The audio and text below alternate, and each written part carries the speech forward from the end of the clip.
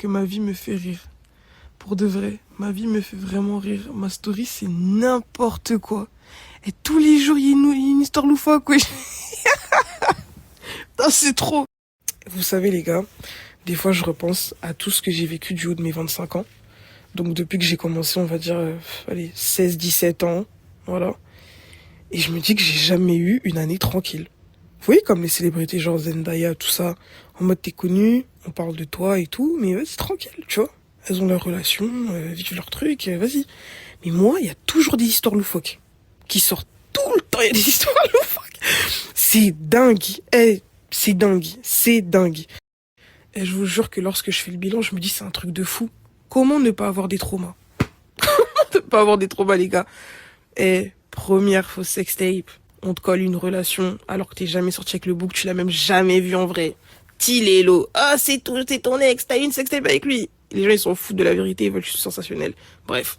Deuxième fausse sextape, enfin, oh t'es parti à New York, t'as tourné un film porno, c'est monté, c'est descendu, article, vidéo et tout, jusqu'à la pornstar en question. Elle a dû parler pour que les gens acceptent le fait que ce ne soit pas moi sur la vidéo.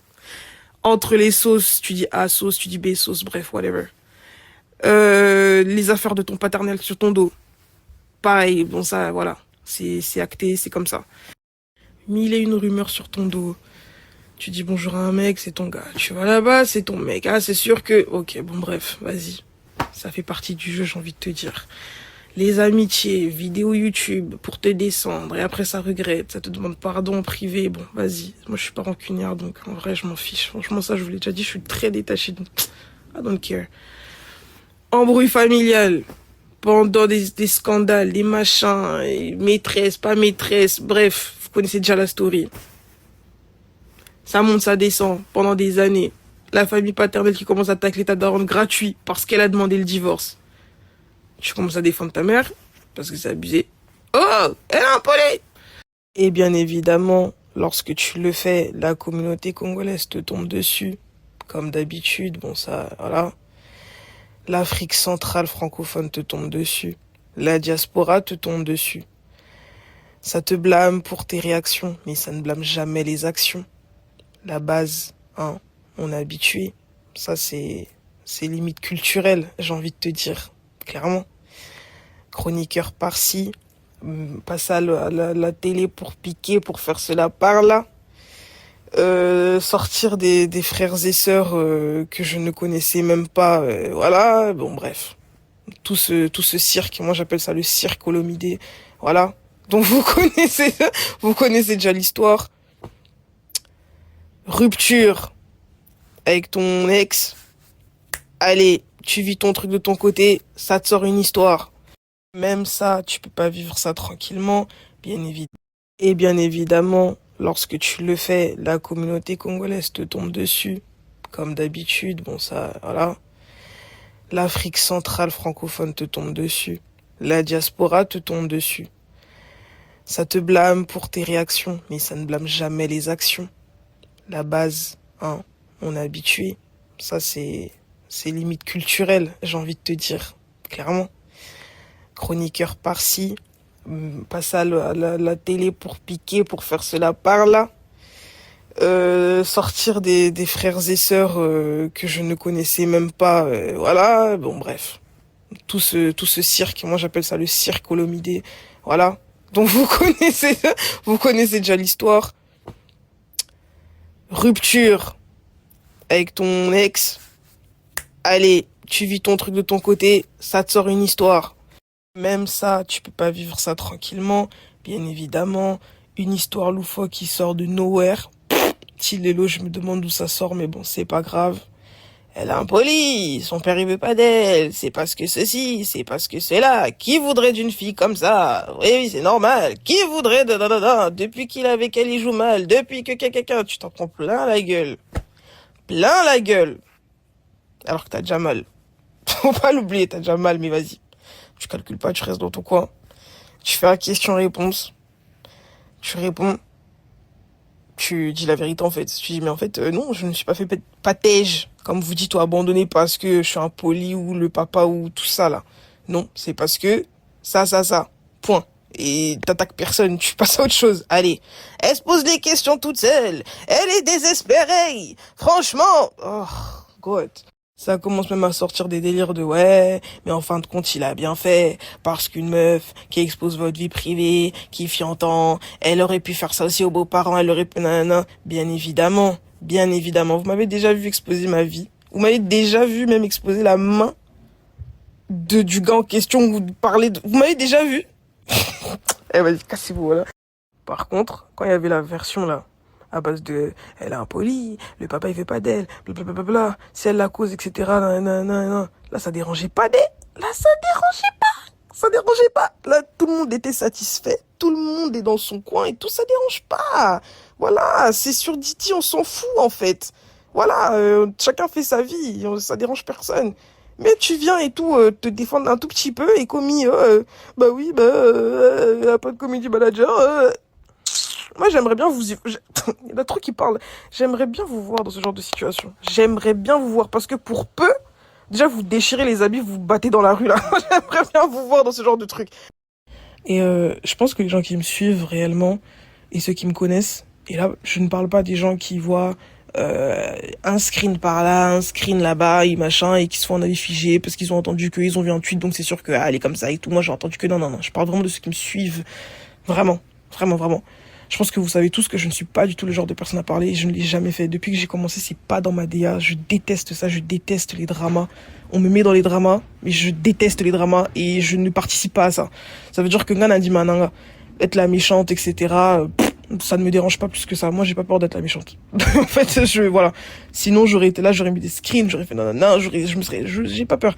Mais le peu de fois là où j'ouvre la bouche, par exemple dans le cas de figure de ma mère, par exemple, avec l'histoire de mon daron et tout, enfin de familial, ou ce cas de figure et tout, c'est vraiment que non, c'est trop. Moi, j'ai horreur lorsque la bêtise prend une trop grosse place. Tu vois que ça devient vraiment une vérité générale. Et je pense qu'il n'y a rien de mal, de temps en temps, à mettre les points sur les i, les barres sur les t, et à se défendre en fait. Parce que personne ne va le faire pour toi. Ça arrange tout le monde. Tu vois, ce genre de truc, ça arrange tout le monde. Donc, de temps en temps, c'est pas mal. Moi, je trouve, en tout cas. C'est pas plus mal. On n'est pas des robots. On n'est pas des cyborgs. On n'est pas des ovnis. On reste des êtres humains avec des sentiments. Voilà, quoi. Donc, crever. Donc, dites au fou, là, s'il vous plaît, de me laisser tranquille, de plaindre sur son dos, me suivre à l'aéroport, me suivre là-bas, m'attraper par la hanche, etc. Crever, en fait. J'ai assez de problèmes. Voilà. Bisous, bonne journée. Bon, Didi Stone auti koloba vidéo oyo eza sur Instagram nae ameki un peu expliquer concernant communauté congolaise au mona likambo eza a to changer en version to komisi yango v. Oh, ba Didi Stone akabani na copain na ye parce que papa Bokilo alobi aza impoli na nanga kolinga belle fille na yo afingaka papa na ye azalaka na rando na papa na ye. En tout cas communauté congolaise tolobaka ebele abi expliquer na makambo ba sex type bobimisa les sex type comme quoi ya le wis alingaka publier ye tu pas publier ka ye alobi nyonso tout wana abi son daron hein bana poto ba benga ba papa benga ba daron ba mama ba daron abi tante la sœur de mon daron, la famille de mon daron, leki na télé papa seke ba manquer maman na respect parce que maman juste a sengi divorce et juste na bimi juste pour défendre ma daronne, ça devient qu'elle a commis impoli à expliquer. En tout cas makambo hein. En tout cas je me félicite.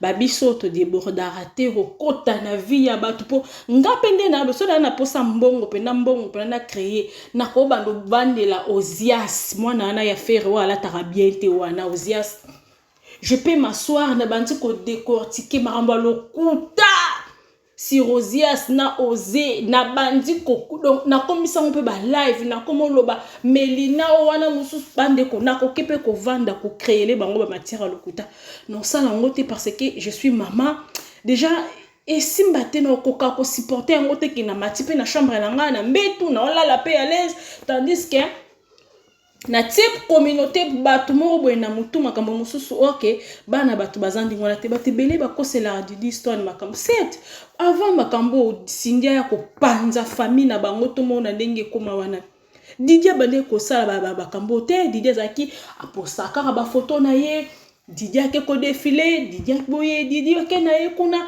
abimaka te Didi Stone akoma kobima tango boka bajeta tango Cindy akomi kosala lokola mwana musala bango bakomi officiellement na papa na bango bakomi kosala lokola ba manquer maman Ali ya respect nde par là Didi Stone abima étant que mwana nyonso surtout à défendre maman na ye qui est Alidor Aliane oyo avanda na Koffi Olomide plus de 24 ans ou 27 ans je pense entre 24 ou 27 ans de mariage bandiko. C'est beaucoup.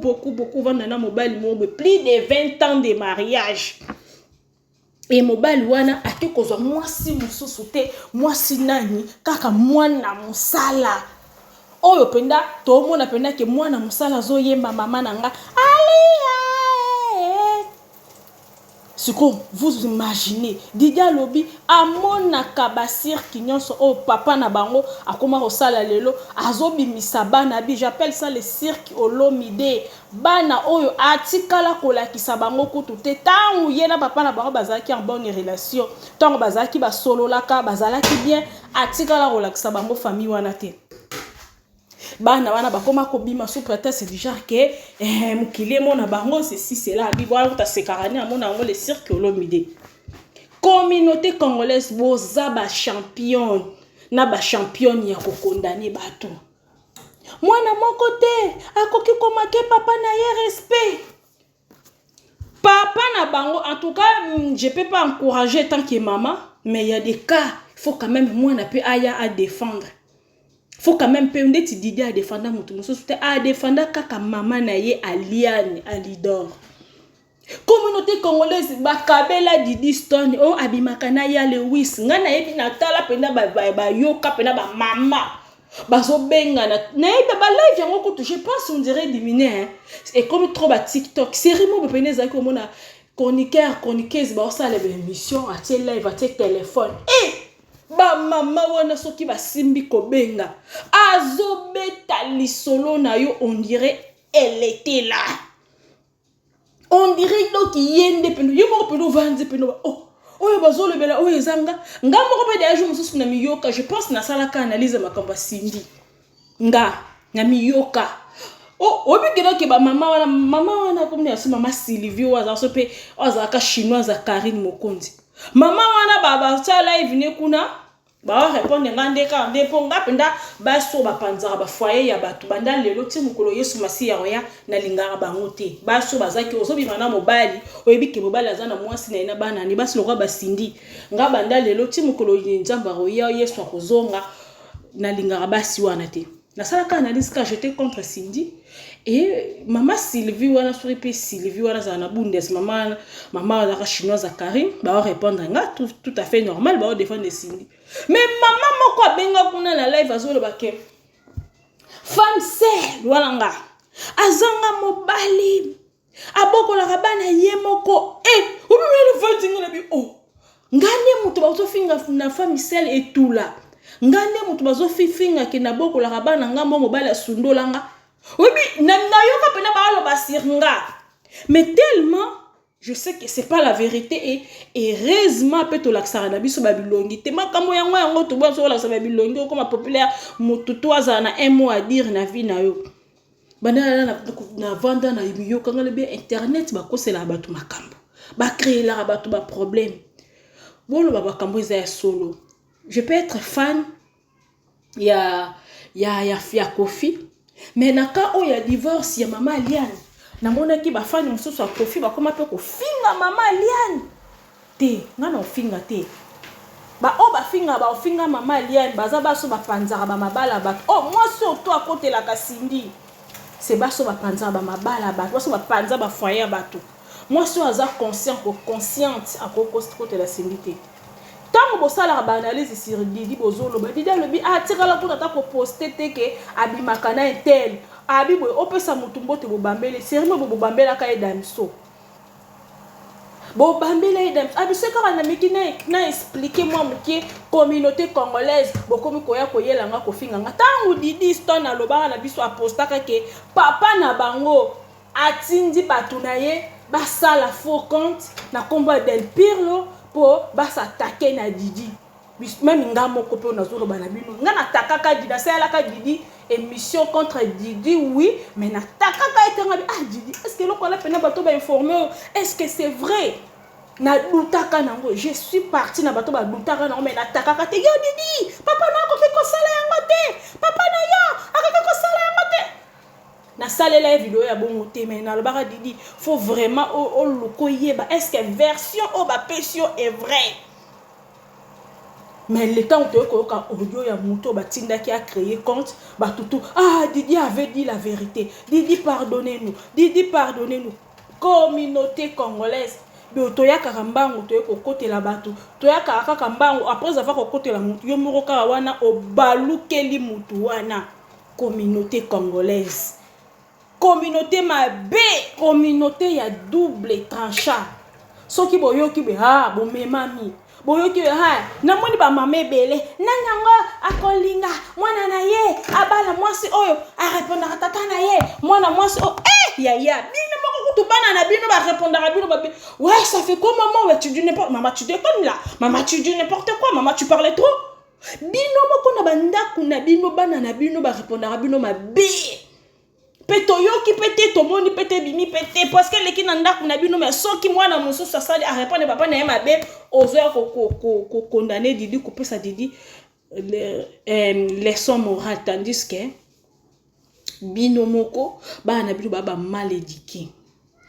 Didi courage na moni pe malgré expliquer pe moi ndambu ba maman mususu pe bato mususu na comprendre que azo sepela ouais ngolo kata sale bien boye ba mona ke lève la Didi c'est quoi que appelle mobile footballeur mobile pe millionnaire c'est ba maman congolaise ni teme baby ah ba sale bien ngolo kata sale bien nenga boye ah pardon ngolo kata comme nani ki mwana soki pe mwana ngani komba kopango ya Didi ngo to ngolo kate mususu komba kopango ya Didi ya joueur wana congolais ba mame bele ba osala bazo sepela par jalousie ba mona bote bele bazela Didi ke nde Didi za wana ke na ba defele ba mona na mobile mo bande ngwana suko ba yoka bo mobile suko mobile suko nani mutu penza ke azape penza ke no mobile pe do mobile pe ya suko ba te bele joueur ngoye comme la photo Didi son parle avec kolo mwani hein suko ba te bele suko ba abimane na joueur Didi penza kenda likolo ba te bele no sa ba mutima passe Didi Stone okokuta na kaka na mutu alikolo akoya kozwa yo mutu alikolo penda koya kozwa yo mutu penda ya niveau nondamba otinda. En tout cas bato bosela ba live ba fausse live bo créer la na quelque chose makambu bo créer la bato makambu boyoka tozolo bana bato baloba makambu solo to condamner mwana o to ebiki neti keina ngara bo mafali eza makambu solo to condamner ye. Mais oh ezaki asali na yelo ko alate bozo fondele wana nde tozo condamner. C'était la Clonos TV, abonnez-vous et puis partagez la vidéo. Tout le monde a na prochain numéro. Bye bye.